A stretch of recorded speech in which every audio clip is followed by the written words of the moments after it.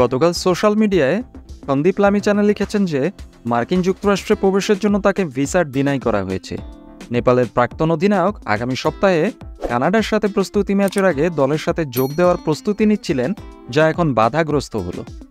মাত্রই গত সপ্তাহে পাটান হাইকোর্ট সন্দীপ লামিচানের শাস্তি মওকুফ করে দেন এবং তাকে মুক্তি দিয়ে খেলার অনুমতি দিয়েছিলেন।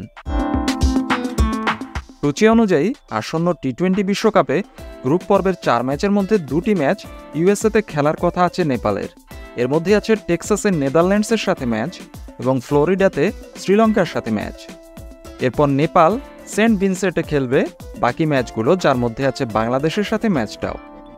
সন্দীপ লামিচানে যদি বিশ্বকাপে না যেতে পারেন, সেটা হবে বাংলাদেশের জন্য স্বস্তির খবর, কারণ লেগ স্পিনে বাংলাদেশ ঐতিহাসিকভাবেই দুর্বল, সেটা আমরা সবাই জানি।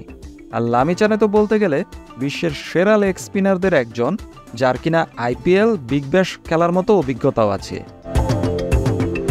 টি-20 ক্যারিয়ারে নিয়েছেন এ পর্যন্ত মাত্র 6.11 ইকোনমি রেটে 38 ম্যাচেই তুলে নিয়েছেন 69টি উইকেট।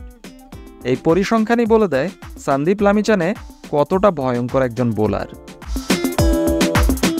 এর আগে 2019 সালেও ইউএসের ভিসা নিয়ে ঝামেলা তৈরি হয়েছিল লামিচানের জন্য। আগামী বিশ্বকাপে লামিচানে খেলার সুযোগ পাবেন কিনা তাই সেটা এখনও নিশ্চিত নয়।